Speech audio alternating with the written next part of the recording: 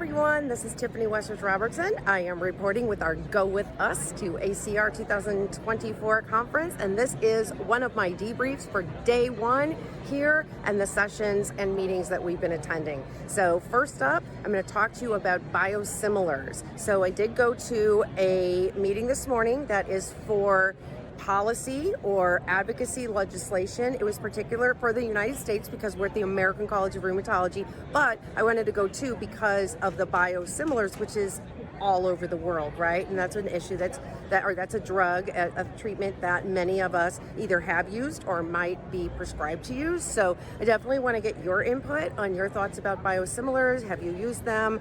Do you have any questions about them?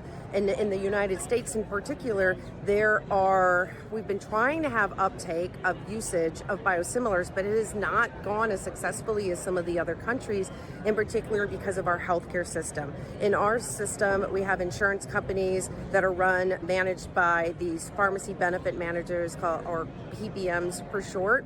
And what's happened is these PBMs have pharmacies, and now we're learning they also have bought manufacturers who are manufacturing biosimilars. So in 2025, a lot of the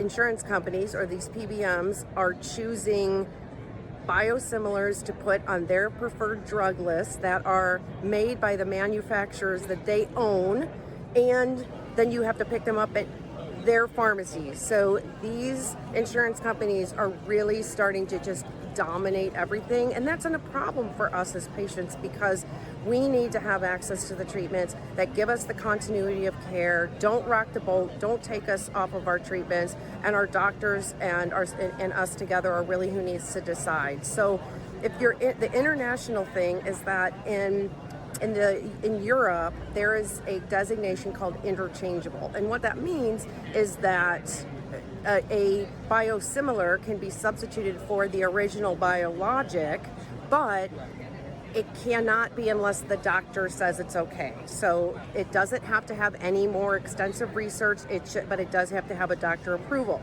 Now, in the United States, we have something happening in 2025. Also, they're thinking about following this interchangeable model that they're saying is the same as Europe, but it's not the same. So first, the interchangeable designation in the United States was you had to have significant more research in order to get that title. So there was already a different definition.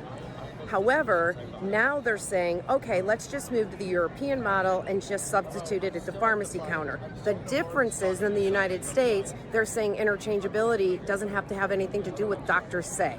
And that's what we're really concerned about. We have been fighting against this. I'm going to be honest, it doesn't look like we might win this challenge.